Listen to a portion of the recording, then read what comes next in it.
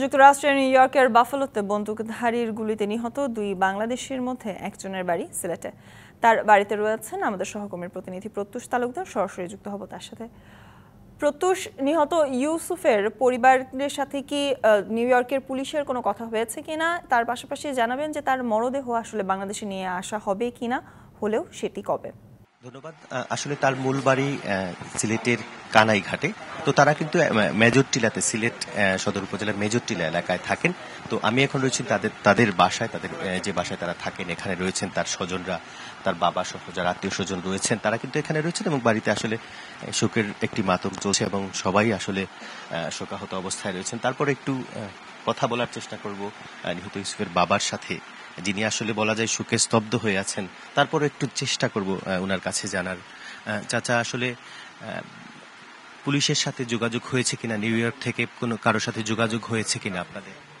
না, আমরা কোনো যোগাযোগ হয় নাই। ওখান থেকে তারা বলছে পুলিশের সাথে সাথে একজন ধরে ফেলছে।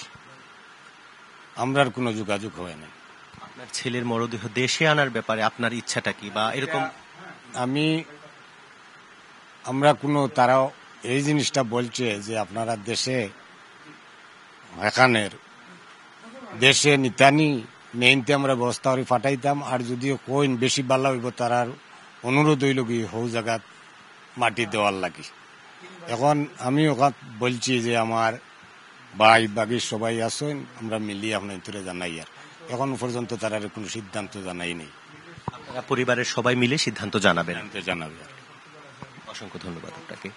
শুনছিলেন নুরুল হক, তিনি ইউসুফের বাবা। তিনি বলছিলেন যে সেখানকার কর্তৃপক্ষ তাদের সাথে যোগাযোগ করেছেন এবং তারা তাদের পরিবারের মতামত জানতে চেয়েছেন এবং তারা পরিবারের সকলে মিলে আসলে সিদ্ধান্ত গ্রহণ করবেন এবং সেই সিদ্ধান্তটি তারা জানাবেন আসলে ইউসুফের মরদেহ দেশে আনবেন কিংবা সেখানেই দাফন হবে কিনা, সেই বিষয়টি তারা পরবর্তীতে সিদ্ধান্ত নিয়ে জানাবেন।